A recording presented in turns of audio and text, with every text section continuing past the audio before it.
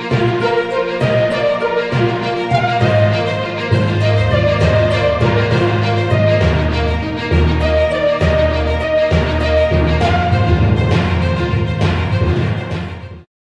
warahmatullahi wabarakatuh. Selamat siang, Baraya Peringan TV. Kembali lagi bersama saya Rosmayanti di program Ulas Berita Terhangat. Tentunya hari ini saya tidak sendiri. Saya selalu ditemani oleh rekan saya yang baru sembuh ya dari sakitnya, ada Teh Rifda. Teteh, gimana kabarnya, sehat? Alhamdulillah sehat, Rasul. Alhamdulillah sehat. Mudah-mudahan kita selalu diberikan kesehatan gitu ya. Amin. Untuk bisa memberikan informasi yang terus terhangat ke Baraya Peringan TV sekalian. Nah, dalam informasi ini kita akan menyampaikan informasi yang sangat menarik dan sedang hangat-hangatnya Teh. Ya. Dan tidak hanya di skala lokal tapi juga nasional ya. Berbicara apa yang kita sampaikannya adalah tentang judi online ya, slot ya. Nah, permainan judi ini adalah permainan yang menurut saya itu adalah suatu pembodohan. Mereka dipancing atau diumpan untuk bisa terus bermain, pada akhirnya mereka banyak menerima kerugian gitu. Dan termasuk salah satunya yang kita sampaikan itu adalah dari kasus yang berada di wilayah Cianjur ya Teh? Bukan, kota Tasikmalaya. Dari kota Tasikmalaya nih? Taraju. Dari kota Tasikmalaya. Di sini nanti akan kita sampaikan kenapa kok ada informasi kasus judi online di daerah kota Tasikmalaya ini gitu salah satunya. Boleh disampaikan langsung sama Teh Rifda? Oke, baik, kita bacakan terlebih dahulu ya Teh. Boleh. Bacakan terlebih dahulu untuk beritanya, yaitu dana desa 327 juta melayang demi judi online. Di sini dikatakan bahwa seorang oknum perangkat desa yang bekerja di Desa Pager Alam, Kecamatan Taraju, Kabupaten Tasikmalaya, kita ralat ya, Baraya, tadi itu bukan kota Tasikmalaya, tapi Kabupaten Tasikmalaya, yang harus berurusan dengan hukum setelah menggelapkan ratusan juta uang dana desa atau DD di tempatnya bekerja. Mirisnya, uang hasil penggelapan ini dipakai pelaku untuk bermain judi online atau judol jenis slot, membayar hutang pribadi, serta dipakai untuk memenuhi kebutuhan sehari-hari pelaku. Kasus yang telah bergulir selama 1 tahun terakhir di Satreskrim Polres Tasikmalaya ini kini secara resmi telah dilimpahkan ke Kejaksaan Negeri Kabupaten Tasikmalaya untuk penanganan lebih lanjut. Kasat Reskrim Polres Tasikmalaya AKP Ridwan Budiarta mengungkapkan awal tindak pidana korupsi ini terjadi yakni berawal saat pemerintah Desa Pager Alam Kecamatan Taraju Kabupaten Tasikmalaya menerima program dana desa tahun 2022, di mana dana desa yang diterima oleh desa total sebesar Rp1.082.686.400. Dana desa tersebut bersumber dari APBN tahun anggaran 2022. Kemudian ditambah lagi uang PADES yang terkumpul tahun 2022 total sebesar Rp1.041.609. Kemudian pelaku AR pada 3 November 2022 sesuai dengan surat keputusan Kepala Desa Pager Alam diangkat menjadi KAUR atau Kepala Urusan Keuangan di Desa Pager Alam Kecamatan Taraju. Setelah AR menjabat, terbenak di pikiran dia untuk meminjam dulu uang milik pemerintah Desa Pager Alam. AR ini merasa leluasa memegang uang dana desa, kemudian selanjutnya uang yang ada di dalam rekening milik pemerintah Desa Pager Alam tersebut mulailah digerogoti pelaku tanpa sepengetahuan dan seizin dari kepala desa dan perangkat desa lainnya. Ia mulai memakai uang tersebut untuk dipakai membayar utang pribadinya hingga puncaknya tanpa terasa terus diambil guna top up aplikasi judi online. Pelaku memakai uang dana desa ini untuk judi online dengan tujuan agar berlipat dan mendapat untung, sehingga dia dapat mengembalikan utang-utangnya dan mengembalikan pinjamannya atas dana desa. Nah, namun prediksinya melesat jauh. Jangankan untung, uang yang dipakai untuk berjudi online ini terus habis. Makin lama dia makin penasaran sehingga berkali-kali meminjam uang dana desa untuk judol dan berkali-kali dia kalah terus. Nah, cara pelaku menarik uang dana ini mungkin muncul pertanyaan gitu ya Teh. Betul. Bagaimana kok bisa sih seorang kepala urusan keuangan gitu dana tahun 2022 dan baru terungkap ini di 2025 ini, ternyata cara pelaku menarik uang dana desa yakni dengan menggunakan 8 buah cek milik pemerintah desa yang berada di kuasanya selaku KAUR Keuangan Desa Pager Alam, ditambah ia pun memalsukan tanda tangan kepala desa. Tercatat pelaku sudah 8 kali bolak-balik bank guna mencairkan cek yang ada di rekening pemerintah Desa Pager Alam hingga total uang yang telah ditarik pelaku sebesar 327 juta Rp788.400. Nah, adapun dari hasil penyelidikan polisi, rincian uang yang dipakai oleh pelaku Terang Ridwan untuk bermain judi online jenis slot sebesar Rp254.949.386. Kemudian untuk membayar utang pribadinya sebesar Rp31.540.000. Sementara uang yang digunakan untuk keperluan sehari-hari total sebesar Rp41.299.000.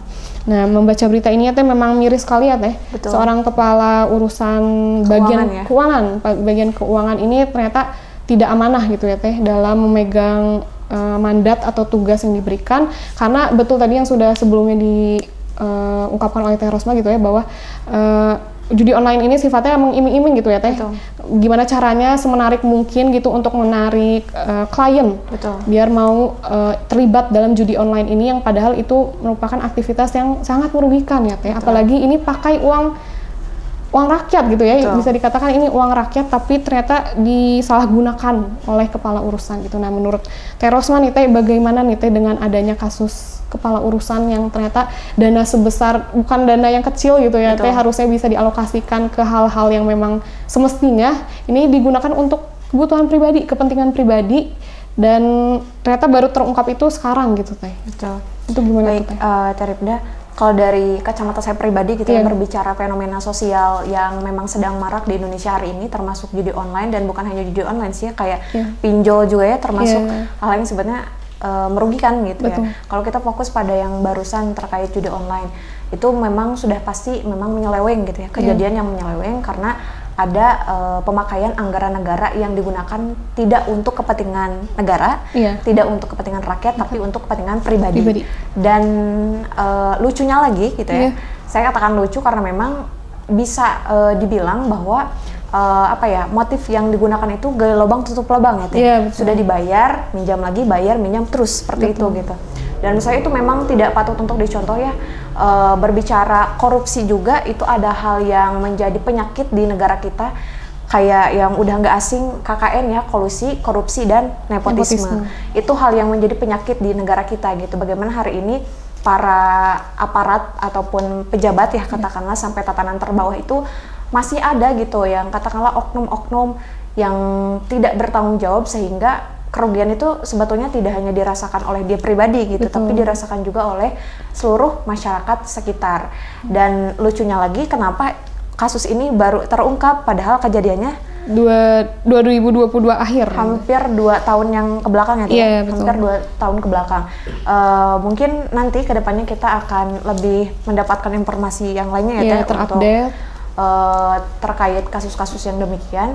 Cuman saya juga jadi pengen nanya nih ke Teh Rifda, dalam hal ini memang sulit ya Teh mencari pemimpin atau orang-orang yang bisa amanah dengan tanggung jawabnya masing-masing ya Teh? Iya, betul sekali. Kita memang makanya perlu sebagai masyarakat memang perlu mengawasi ya Teh. Betul. Mengawasi apapun itu bentuk pemilihan pejabat gitu ya. Kita lihat sepak terjangnya, lihat track recordnya baik atau tidaknya, apalagi ini berurusan dengan keuangan gitu ya Teh, yang harusnya bisa dialokasikan ke hal-hal yang memang semestinya ini malah dipakai untuk kebutuhan pribadi, bukannya untung malah buntung gitu ya istilahnya, bukan untung malah buntung. Dan tadi juga disampaikan sama Teh Rifda, memang kalau berbicara judi online itu kan kita kayak dipancing gitu ya, diiming-iming untuk terus menang, padahal ketika siasat politik permainan judi online misalkan si pelaku itu akan menang, dia mungkin ada rasa ingin bermain kembali gitu ya. Tapi ternyata kan peta politik dalam permainan judi online yang katakanlah bandar judi online jadi dia gak mau rugi ya Teh. Dia mengembalikan uang yang istilahnya sudah kita daftarkan untuk bermain, ternyata bukannya si pelaku itu untung tapi malah buntung. Dan Baraya Perengan TV juga bisa memikirkan hal yang sama mungkin juga seperti kita di sini, bahwa ketika anggaran dari dana desa itu bisa digunakan dengan bijak, mungkin bisa dipakai untuk perbaikan jalan ya Teh. Apalagi desa itu beda dengan kota ya Teh.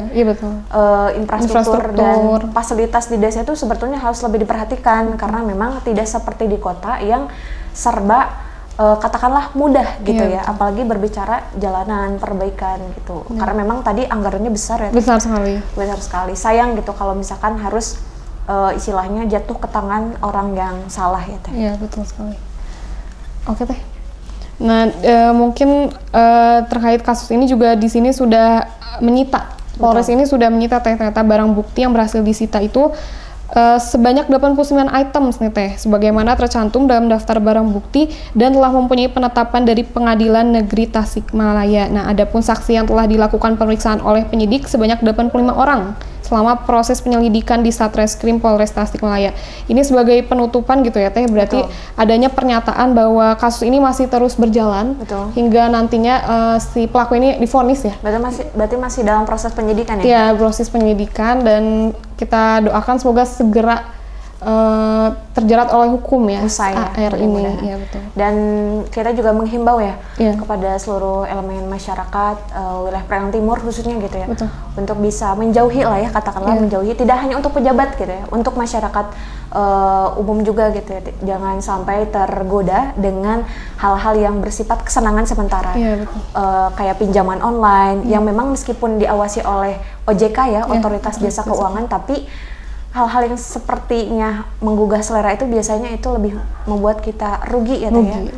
Mending kita menjalani hari-hari dengan hal-hal yang positif lah, katakanlah gitu. Karena kalau berbicara kesenangan duniawi hanya bersifat sementara ya, fana. Seperti fata morgana gitu ya, istilahnya, hanya sesaat gitu. Oke, mungkin. Oke, karena informasi yang hangat sudah kita sampaikan, tentunya terus pantengin kanal portal media sosial kita di YouTube Kabar Priangan TV. Jangan lupa juga di seluruh foto media sosial supaya tidak ketinggalan informasi yang menarik. Dan mudah-mudahan informasi yang sudah kita sampaikan bermanfaat, juga menjadi informasi yang mungkin dibutuhkan ya oleh masyarakat sekitar atau luar, sehingga bisa terus kita juga mengupdate banyak informasi ke depannya. Oke, mungkin itu saja yang bisa disampaikan. Saya Rosmayanti pamit undur diri, dan rekan saya Rifda Zudia. Oke, nun wal qalami wa mayasturun, wallahul muwaffiq ila aqwamit thoriq. Wassalamualaikum warahmatullahi wabarakatuh.